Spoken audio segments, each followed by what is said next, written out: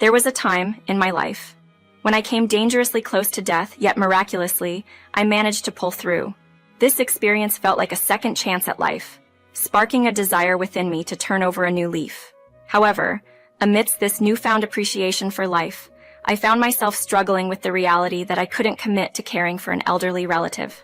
My journey took a more complicated turn when, despite my efforts to save my husband by becoming his donor during his illness, he showed no gratitude. Instead, he coldly handed me the contact details of a divorce lawyer. This left me feeling both frustrated and anxious, yet, oddly, not surprised. Ever since he got back on his feet, he'd been distant, fueling my suspicions. And now it was me who was facing a health crisis.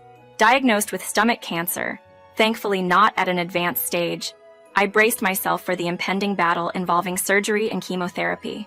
Amidst this turmoil, my husband's decision to leave was a crushing blow, obliterating any love and trust I had for him instantly. It pained me to think of our daughter, Laura, growing up without her father. Yet, facing my own fight for life, I couldn't muster the energy to mend our fractured relationship. 2 months later, amidst my treatment, my estranged husband began reaching out aggressively, which I chose to ignore. However, he eventually confronted me in my hospital room, revealing unexpected news that left me reeling. Let me introduce myself properly. My name is Melissa Nicole, a 31-year-old who once juggled the roles of a housewife, mother, and employee with grace. Married to Stephen, just a year my senior, we've been blessed with our beloved daughter, Laura, now 6 years old. Following Laura's birth, I took a hiatus from my career, dreaming of dedicating myself fully to motherhood. Yet, financial pressures soon dictated a return to work. Fortuitously, I landed a position at an apparel company led by my sister-in-law, Janet. Despite the familial connection, I received no special treatment, but I found solace in the supportive environment and the camaraderie among working mothers. This job not only allowed me to contribute financially, but also offered a network of understanding and support, making the daunting balance of work, home, and childcare slightly more manageable. Every morning, I would start my day by preparing breakfast for my husband and making sure Laura, our daughter, had everything she needed. I'd pack my husband's lunch, send him off to work, drop Laura at daycare, and then head to my own job. After work, the routine continued.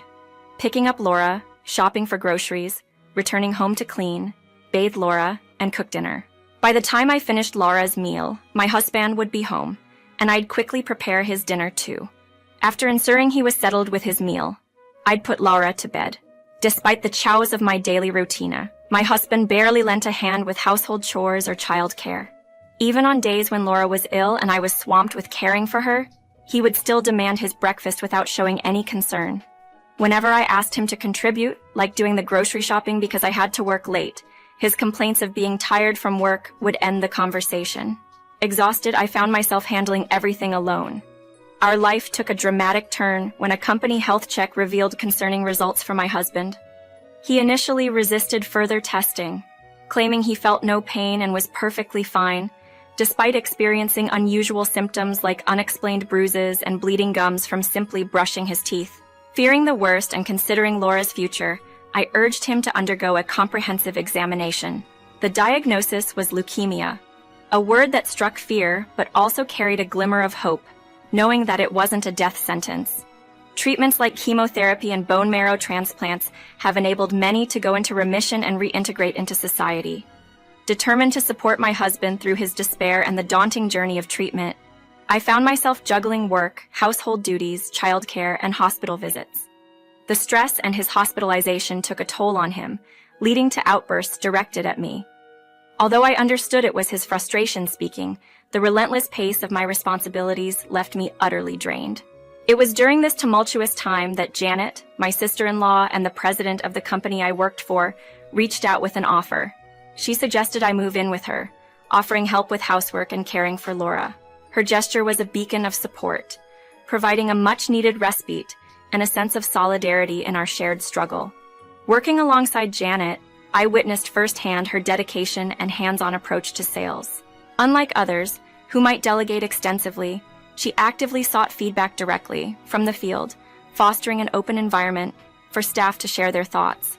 This approach not only made her incredibly busy, but also deeply respected, Aware of her workload, I hesitated to accept her offer of help, voicing my concern about imposing on her already packed schedule.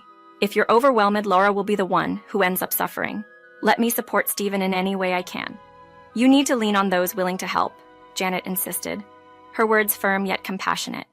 Her encouragement brought me to tears, given the weight of concerns for Stephen, Laura, and my own well-being that I carried. Janet's offer came from a place of genuine support. She lived alone in her parents' large house, reluctant to sell it because of the memories it held. It's always felt too big for just me. I'm glad to share it with you and Laura, she said, welcoming us with open arms.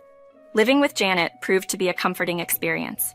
Her adeptness at managing household tasks lightened my load significantly, providing a semblance of stability during a tumultuous period. Hope surged when it was discovered that I was a compatible bone marrow donor for Stephen. Initially, Janet and I both underwent tests to determine our compatibility as donors. A daunting process, given the slim odds of finding a match outside the immediate family. The news of Janet's incompatibility was disheartening, but learning that I could donate to Stephen brought us immense joy. The process required me to be hospitalized for the bone marrow extraction, a period during which I had to temporarily step away from work and caregiving duties.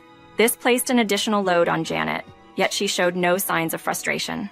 I'll do everything in my power to support you through this, so don't worry about anything and just focus on your recovery, she assured me. Bolstered by her unwavering support, I underwent the procedure, confident in the knowledge that Janet would take care of everything else. Following the surgery, Stephen needed to remain in a sterile environment to avoid any infections, while I was soon discharged, eager to return to some semblance of normalcy.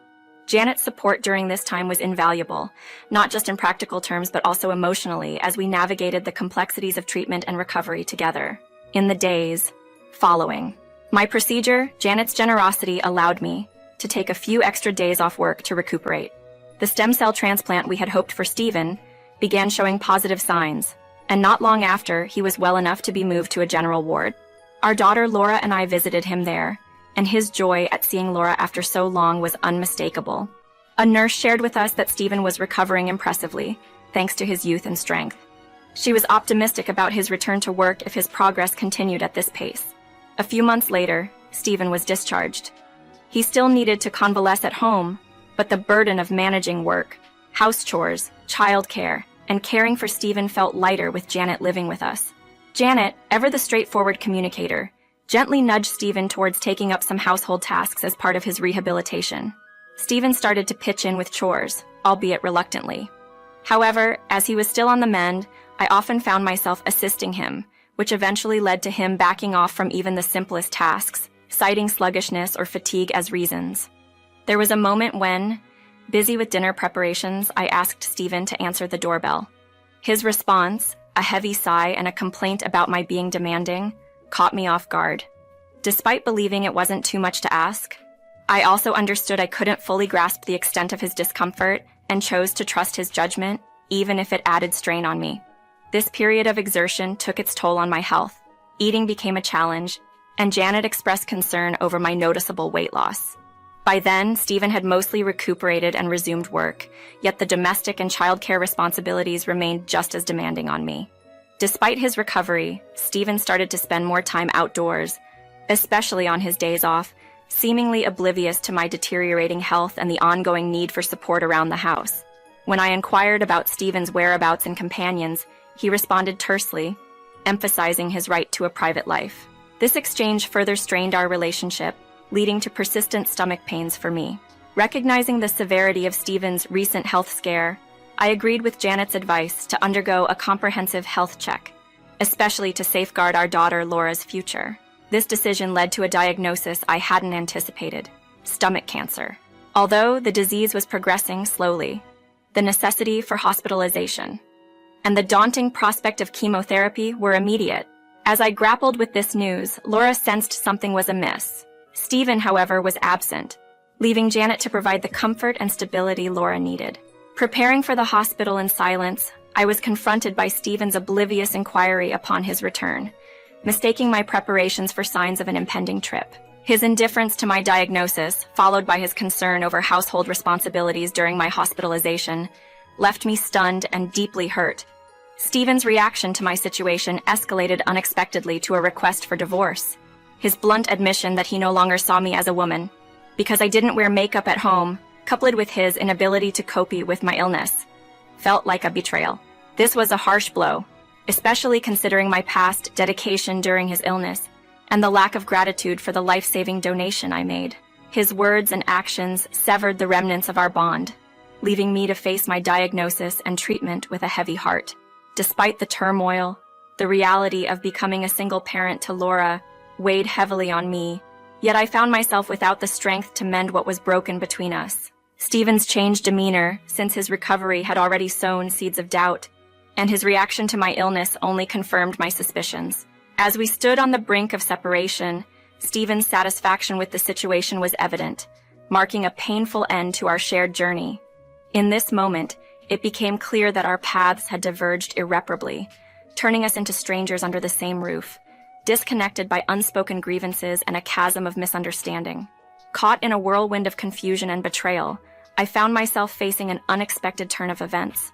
As I was preparing to leave the house that had been my sanctuary, a stylishly dressed young woman with familiar features entered. At first, I didn't recognize her without her professional attire, but it soon dawned on me that she was the nurse from the hospital where Stephen had been treated.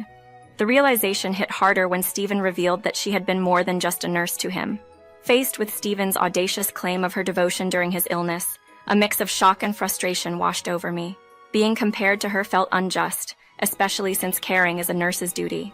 Stephen's demand for me to leave, asserting his claim over the family home, felt like a final blow. Yet, the house was technically Janet's, complicating matters further.